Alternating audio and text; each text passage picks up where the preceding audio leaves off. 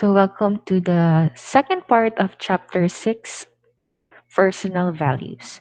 So, last week we talked about things or personal values such as please and other things. So, I'm hoping na ready na kayo for your quiz. Pero let's talk about the second part of personal values. So, the first section is honesty. So, this word, honesty, can be more damaging than bullets and more healing than medicine. So, damaging than bullets because sometimes when we tend to be honest, nasasaktan yung mga tao deep within. But also, it is healing when we say the truth.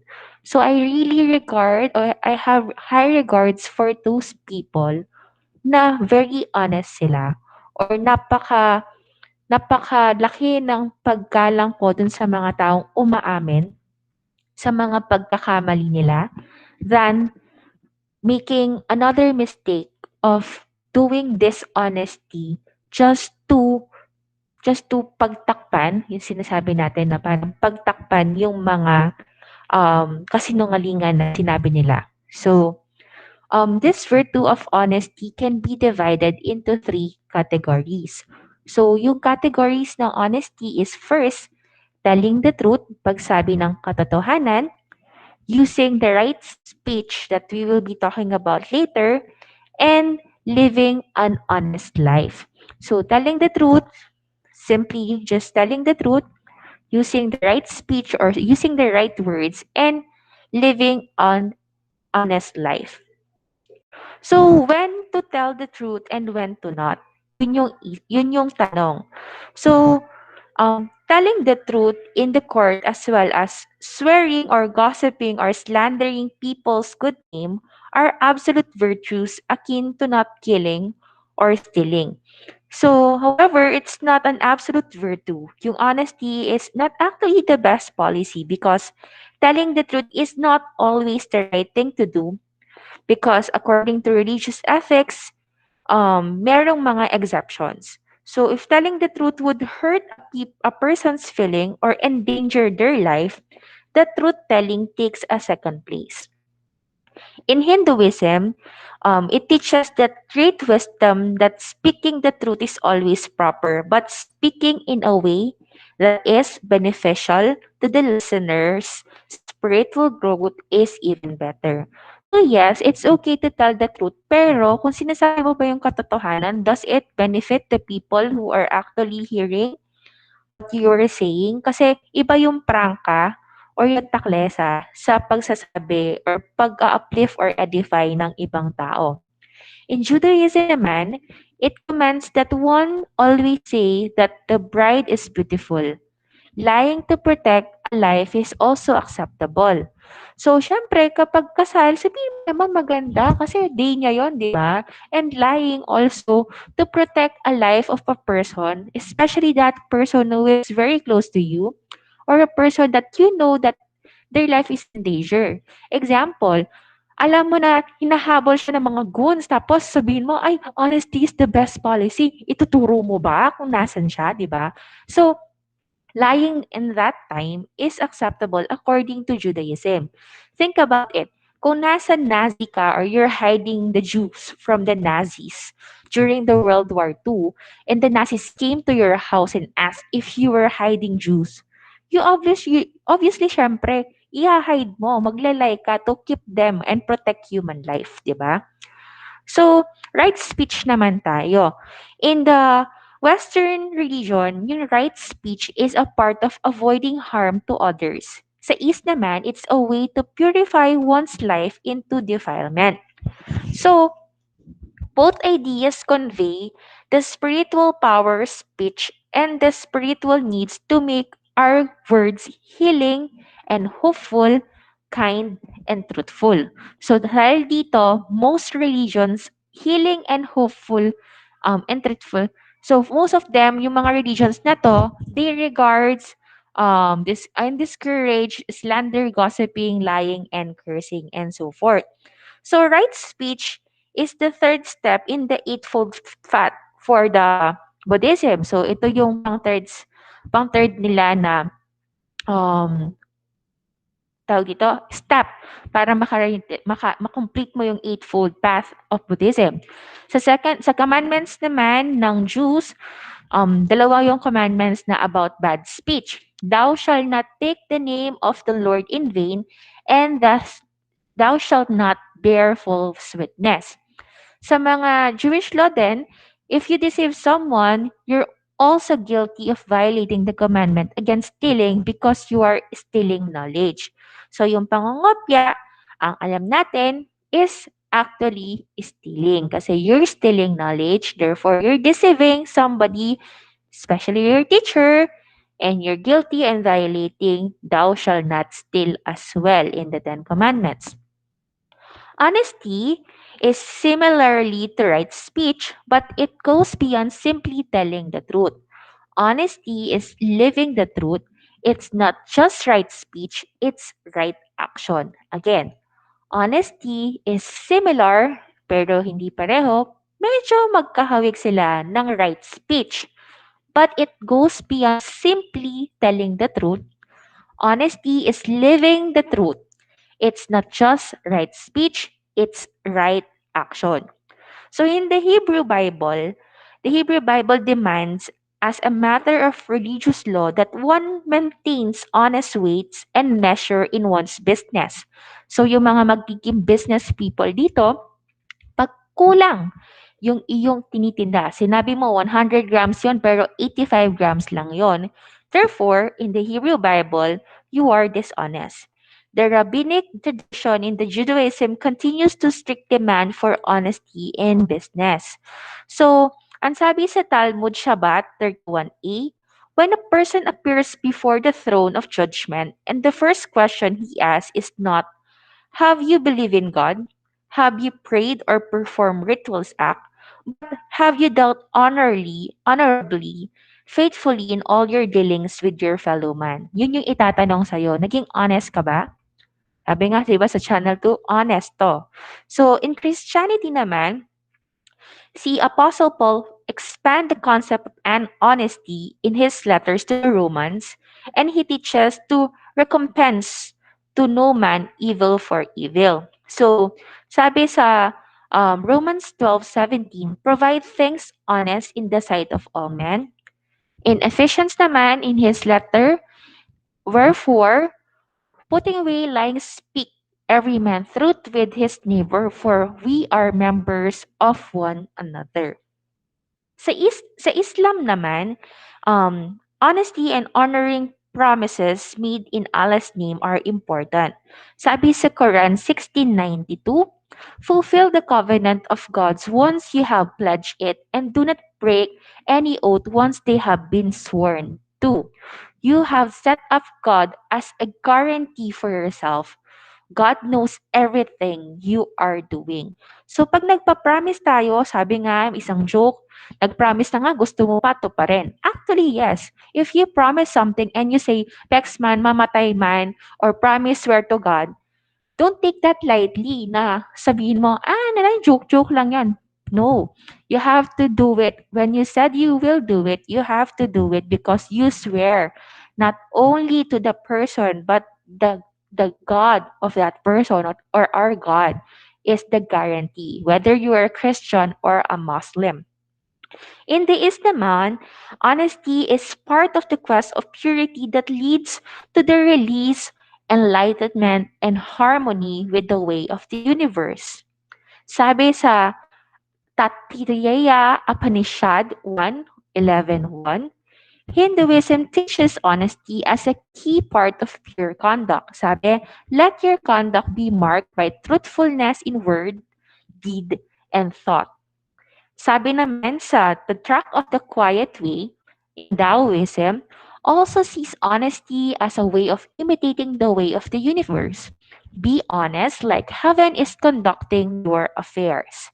In Shinto naman, it teaches that dishonesty is a sure way to punishment.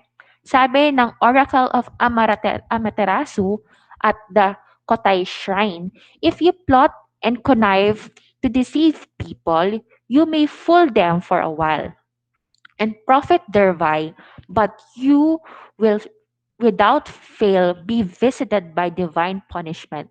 To be utterly honest, may have the appearance of inflexibility and self righteousness, but in the end, such a person will receive the blessing of sun and moon. Follow honesty without fail. So sinasabi dito, yes, nagsinungaling ka, nandaya ka, for the moment, yes, you will reap the fruits, the bitter fruits of your dishonesty. But kapag nalaman yan, or maybe kapag dumating na dun sa time that you have to apply the knowledge that you actually stole from your teachers or from your classmates, therefore, wala, hindi mo din siya na-retain, therefore, hindi mo rin siya ma-apply, therefore, hindi ka nag-gain ng wisdom. So, it will not fail to haunt you because you did not gain anything honestly. Yun yung application ng Oracle of Amaterasu at the Kotai Shrine. So, sa ano naman, mga Confucianism naman, Teng Su said, each day I examine myself in three ways. In doing things for others, have I been disloyal? In my interaction with my friends, have I been untrustworthy? And have I not practiced what I have preached? So practice what you preach, di ba? Ang hilig nating mag-preach sa social media, lalo na sa mga panahon na to. Pero sana, ginagawa naman natin yung pinipreach natin. Next, let's go to section 8, curiosity. So, if religion is about seeking the truth, seeking salvation, and seeking release, then the tools of that conquest are spiritual questions. So, the virtue of curiosity is not the same as doubt or lack of faith. Actually, questions help us, spiritual seekers, understand more deeply or enable a teacher to explain more fully an aspect of faith. That's why, for this reason, many religions encourage active questioning and curiosity about the world, about God, and the universe, about secret things of faith. So, isa sa mga greatest work ni Buddha is the question of Melinda. This book is actually written in the first or second century CE, and it contains questions posed by King Melinda or Menander to the monk na si Nagesena about the nature of truth. It developed the question and answer format that is still central to many wisdom tradition, including the Upanishad and Hindu tradition. So this question of Melinda is a book that contains the question posed by King Melinda to the monk Nagasena, and it is the nature of the truth. Kumbaga, this is the base for most of the question and answer format that is still applicable up to this day in the Upanishad. In Judaism naman, Judaism has always based its educational system on the process of asking and answering questions. Jewish law developed through a process of response called she'elot ut teshuvot. Again, this process is called she'elot ut teshuvot, or question and answers, in which people asked the rabbis questions and the rabbi wrote back answers. So the process of the study of Talmud is the yeshiva. Yeshiva, a men's school for higher religious study, is a lively spirit back and forth discussion between students who study in pairs. This behavior of the most intellectually and spiritually gifted set an example for all members of the Jewish community. So imagine niyo yon, hindi sila self-study, they study in pair, and then nagtatanungan sila, nagsasagutan sila, not away pero nagtatanungan, sagutan sila. It's very effective kasi kami ginagawa namin yan nung nasa college kami. So this process is very effective. Let's go to the next section, which is um, curiosity. Patience. I'm sorry. So Patience, patience.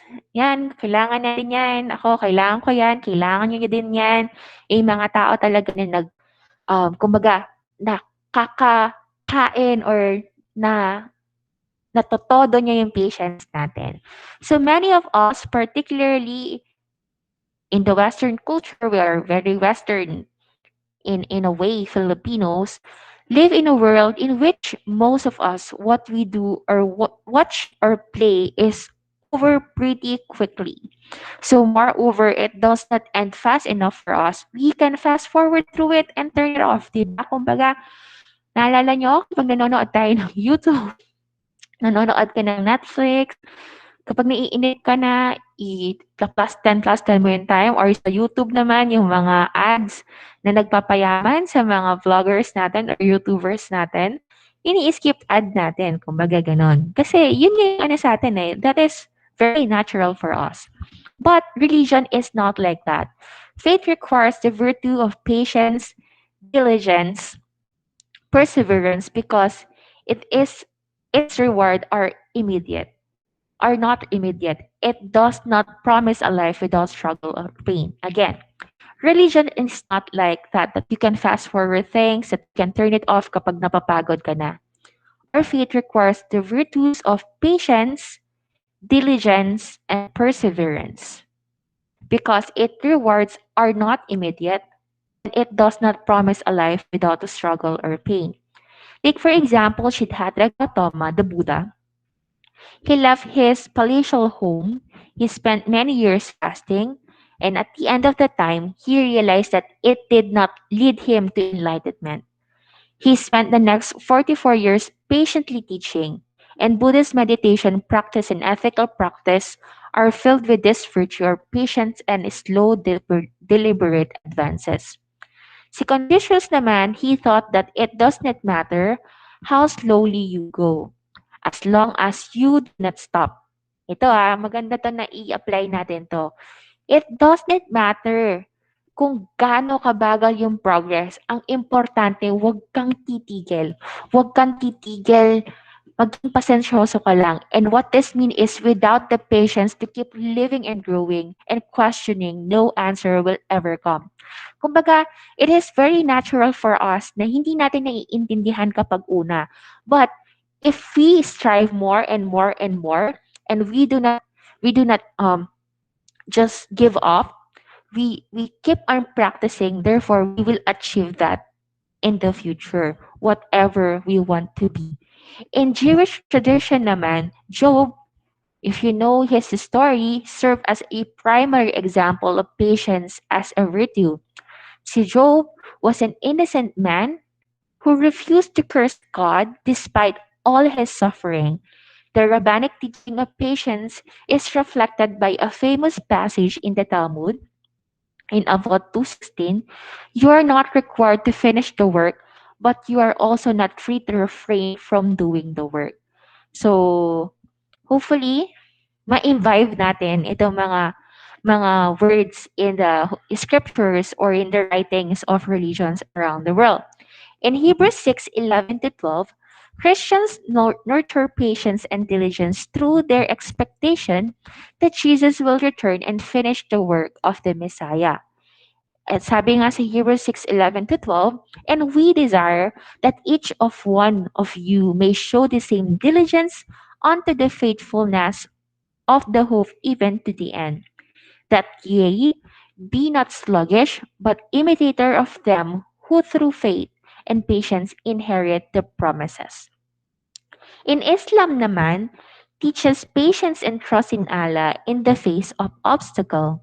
From Quran, so be patient, surely the promise of Allah is true. And from Hadith, Muslims who live in the midst of society and bear with patience and affliction that comes to them are better than those who shun society and cannot bear any wrong done to them. So one of the six chief compilers of the Islamic tradition is the Hadith. So next is yung section 6, which is gratitude and thankfulness. Um, yan. In the Western monotheistic religion, gratitude comes from the belief that everything we have, our lives, and the blessing of our lives is a gift from God. In the Eastern religion, gratitude is a way to achieve purity because by feeling grateful, we give up the idea that we own anything or exist in an individual entity. So, as a virtue, gratitude spills over into rituals like blessing over food, celebration of holidays, and the commemoration of the life cycle. The virtue of thankfulness is so basic that Jewish teaching regard it as a duty even after the Messiah comes and all other duties are suspended. The rabbi thought in the world to come, the Messiah will abolish all sacrifices of the Torah, but not the thanksgiving sacrifices in the world to come.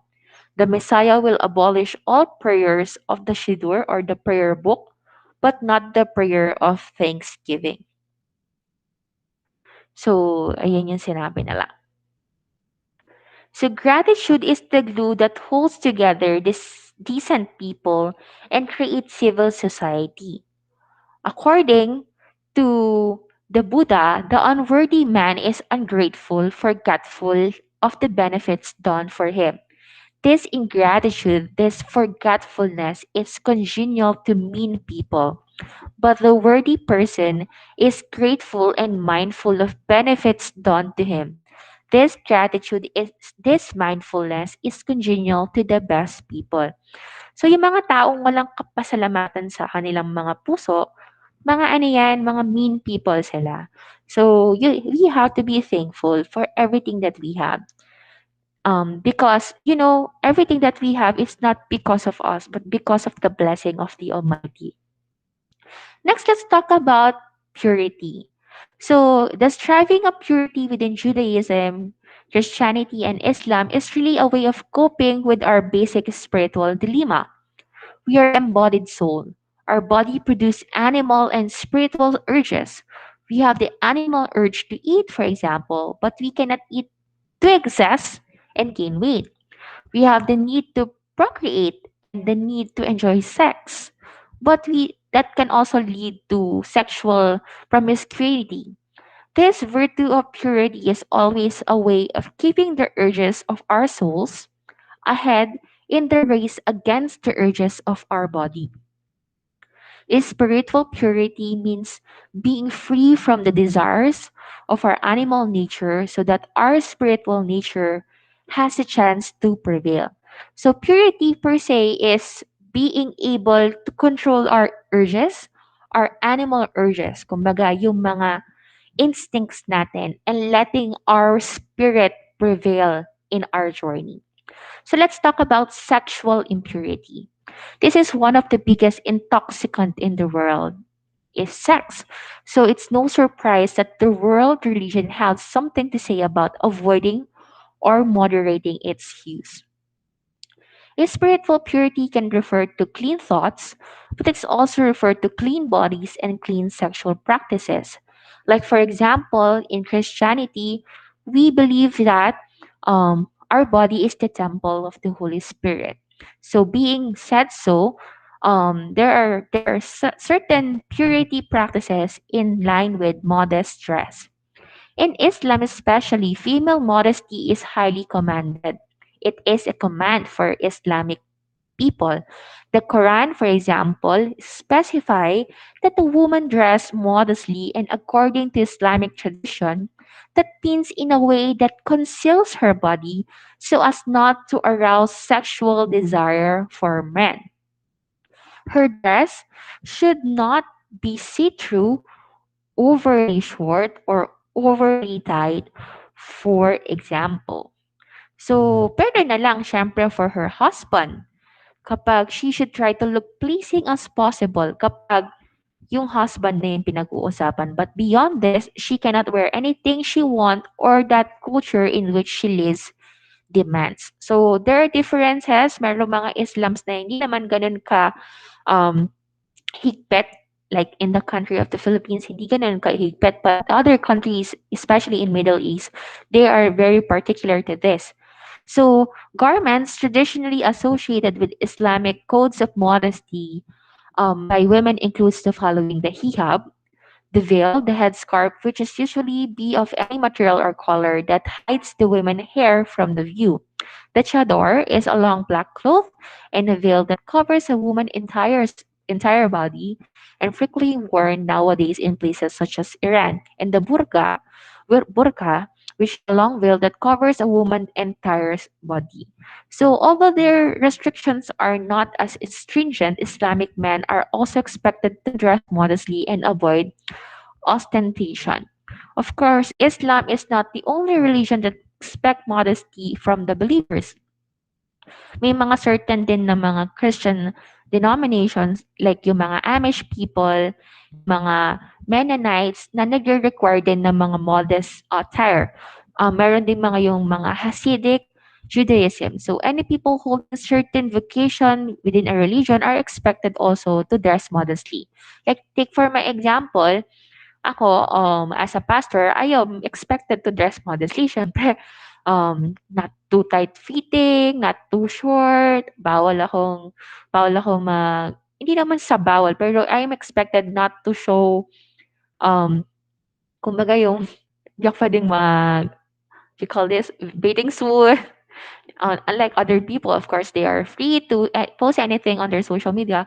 But for me, because I have my own set of rules for my body and I have my own conviction regarding my body, therefore, even though my denomination or my church did not say anything talaga na bawal yung ganito, but it is my own conviction and my personal parang palette din sa pananamit, kumbaga. So let's go to the role of marriage. All religions acknowledge the power of sex drive, and most teach that it is acceptable only within religious sanctioned union, which is marriage. Therefore, one way to keep sexual urges within the bounds of acceptable religious expression is to promote marriage. Kaya meron pinatawag na premarital sex. Pag sinabing premarital sex is sex before marriage, and extramarital sex is sex outside marriage wherein may asawa ka na at nakapag-tsena ka sa ibang tao. Okay? So, Muslim sees human sexuality as a gift from Allah that gives the couple a small glimpse of paradise. Because this is a gift from God, Muslims don't view sex as sinful, but they do believe that it can lead to despair and pain if people don't consider the moral implication of the act. For that reason, sexual relations must take place only within a marriage. In Judaism and Christianity, man, they also share this view that sexuality or sex is actually a gift from God. Therefore, the biblical verse that people often cite to emphasize that sexuality is a gift from God and that it's his intention that we use it responsibly. Of course, it is this. Genesis 1:28, be fruitful and multiply and fill the earth. So sexual relations with one spouse is considered a double commandment on the Sabbath. The lack of sexual relation is a valid reason for divorce in Judaism and Islam. All three faiths also require followers to clean themselves after sex. So as you can see, let's go to sex as a expression of faith. So Hinduism and self-control is which includes sexual control or dhamma. Again, in Hinduism, self control, which includes sexual self control, is called Dhamma and is one of the three basic virtues along with charity and compassion. By practicing sexual self control, Hindus can avoid the sin of lust or kama. Having said that, Hinduism has some very powerful sexual imagery. The goddess Kali and the god Shiva both have sexual images. The linga or lingam is a symbol of the male sexual organ, and the yoni, a stone with a hole in it, is symbolizing the female genitals. Is also a part of a certain Hindu rituals. The yoni and lingam are present in some of the form in virtually every Hindu temple as a symbol of divine unity. So the Tantric Buddhism and Hinduism also include a ritual of sexual intercourse called the Mahituna. Mahithuna in a form of yoga or sex is elevated as a spiritual act. Tantraism teaches that through the manipulation of your body, you can merge with the divine. Intercourse is a metaphor for the wonderfulness of the experience of being lost in the oneness of the universe. So after talking about this, let's talk about those people naman who actually don't do sex, which are the celibate people. So celibacy. Judaism don't encourage celibacy. Rabbis and magais have always been allowed to marry. In Muslim, view celibacy with suspicion. They see it as an act of ingratitude for one's of God's greatest gift, yet some. Muslim mystics of Sufis do practice celibacy as a form of renouncing the world to focus on God. In other religions such as Catholicism and Theravada Buddhism, for example, which has celibate clergy, is an expression of faith. So let's go to Buddhist monks and nuns. The Theravada Buddhists, um, as it is lived in the community of monks and nuns, is one of the most restrictive or modest regarding celibacy. If you consider that the goal of Buddhism is to extinguish the flames of worldly passion and let go of all earthly attachment, therefore you can understand. And maybe you will appreciate this limitation of Buddhist monks and nuns. So, in addition to giving up all sexual behavior, the monks and nuns in these communities must also give up other physical pleasures such as eating after midday, bawal sa kanila yan, worldly amusement, jewelry, body adornment, and perfume, and highly luxurious beds.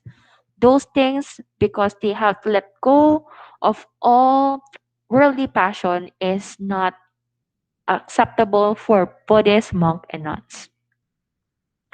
So let's go to the Catholic priests. The Catholic Church considered but rejects celibacy per priests and popes, and priests were allowed to be married until the year of 1139, when an ecumenical council made celibacy a requirement for priests. The creation of celibate clergy in the Catholic Church is based on two verses in the New Testament. First passage is Matthew chapter 9 verse 12, when the unmarried Jesus defined his celibacy for there are some eunuch which were so born from their mother's womb, and there are some eunuchs which were made eunuchs form of men, and there are eunuchs which have been themselves eunuch for the kingdom of heaven's sake. He that is able to receive it, let him receive it. So also in one of Paul's letter to the Corinthians, it which encouraged that married couple abstain from sex temporarily, and the unmarried people remain unmarried. So the economic problem of the church faced was clear. Priests who married would give away church property to their children as their inheritance, and of course, the cost of paying married clergy is much greater than the cost of paying celebrate clergy.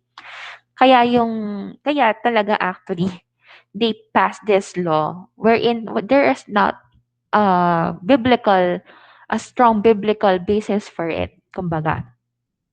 That is why Protestants rejected this decision because of the value they saw in having married clergy. And also they rejected the authority of the Pope who required celibacy for Catholics. So one more spiritual note, Catholics defend celibacy as a way of offering up a great sacrifice in order to love other more fully and the model of sacrifice of Jesus. Christianity, especially during the Middle Ages, had lots of trouble with sex and sinful as sinful because it was thought to distract men and women from God. So it's very problematic, you know. And lastly is purity from drugs and other intoxicants. So all religions include guidelines of conduct regarding the way of people deal with alcohol, drugs, and other stimulants. The spiritual high that religion produces is supposed to be enough. And the world of physical pleasure is often seen as a seduction away from the light of faith.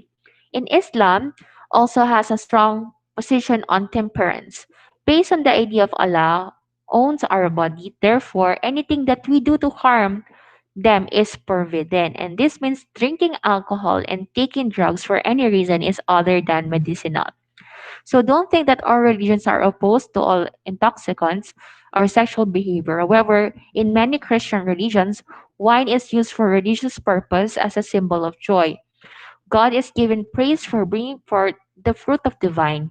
In some tradition, intoxicant is used to heighten religious rituals, direct physical pleasure, and seen as a gateway into a spiritual dimension. So, for me, my personal note on this is that everything is beneficial, but not everything. Everything is permissible, but not everything is beneficial. So that is my personal note. That yes, Ma there are some debates na sinabi naman sa Bible na puwedeng mag-wine, ba't di kayo nagwa-wine? Well, if I will drink wine, what is the benefits? Will it overshadow the the other things that will happen to me if I will be malalaseng, 'di ba? Kumbaga gano'n yung aking take on that, that, paninigarilyo is maybe, yes, permissible, but for me, if God really wanted us to smoke, bakit hindi na lang niya tayo nilagyan ng chimney sa ulo natin para hindi na tayo mahirapan, 'di ba? So, you can see that we are not designed for some things because mag-i-struggle ka pa bago mo ma-attain yung kagustuhan mo na yon. So, that ends chapter 6, and I'm hoping that you can have insights on the things that we have discussed today.